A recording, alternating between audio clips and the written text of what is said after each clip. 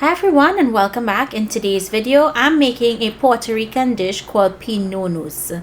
I'm giving it my Trini spin and I'm calling this Pastelle cups. It's totally amazing and I can't wait for you all to try this. So Lisa, thank you again for recommending this recipe. So let's jump straight into the recipe. Let me show you how I make this. To my pot, I'm going to start with a piece of golden ray, or you can use butter, and I'm going in with some avocado oil. Once that melts, we're going to add in finely diced onion, pimento peppers, and sweet peppers. And I'm also going in with some of this sweet pepper, ají. I can't pronounce the name, but it's a Mexican pepper, I think. It's a really sweet, delicious pepper, and it adds flavor. So in went the sweet peppers there, and then goes in scallions, seasoning with a little bit of salt.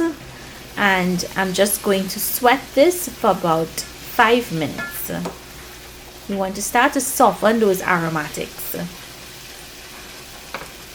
Once your aromatics are tender, we'll go in with minced garlic and give that a mix. You want the garlic to start to get fragrant and tender, but you don't want your aromatics to burn. Now at this point, I'm going to remove it and set it aside. I prefer to do it this way because I really want to create as much flavor in the aromatics as possible. Now next, I'm adding a little bit of oil again, and I'll add in my mincemeat and allow the mincemeat to start browning.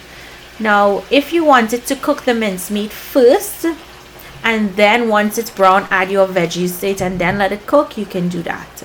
So I add in salt, complete seasoning, and smoked paprika. And I'm going to allow the mincemeat to cook until it's brown and crumbly. You'd want to do this over a medium heat. So you see how the mincemeat looks? That's how you want it. Now I'm using minced thigh, not breast here. So you use whatever you like. In goes tomato paste and some chopped tomatoes. I'm mimicking that same pastel filling that we use for pastels. And I didn't put any raisins in this, but of course if you wanted to add some raisins, you can. I'm going in with chopped olives and those sauteed aromatics, chopped cilantro, because the cilantro would give it a really lovely flavor, or you can use shadow benny or culantro. Now we're going to give that a mix, let it cook for 1 minute, and then once it comes together after that 1 minute, taste and adjust your salt, and then set this aside and allow it to cool down. In the meantime, let's prepare our plantains. So I sliced the plantains lengthwise, and I sliced one plantain in 3. So you don't want to slice it too thin because it can break apart. And we're going to fry this on a medium heat until they're golden brown. Now if you like it darker, by all means fry it to the color you would like it, but you just want to make sure that it's cooked.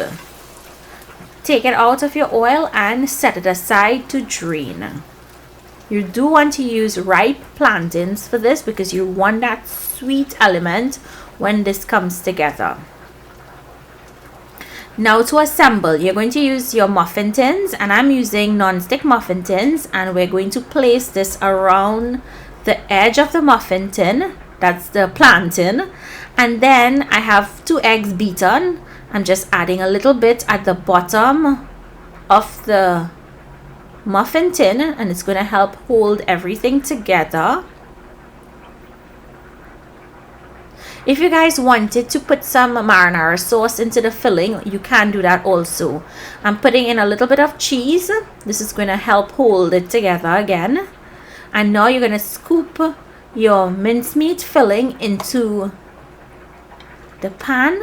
You want it to be inside of the plantain. So the plantain is going to actually make that cup to hold it. So once you put your mincemeat in, we're going to top it with some more cheese. And you can also garnish it with some chopped or some dried parsley or saife. And these bake at 350 degrees Fahrenheit for 15 minutes until they're brown and bubbly.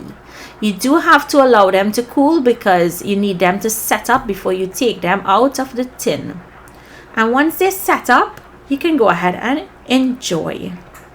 These were absolutely delicious. Everyone that tasted them loved them.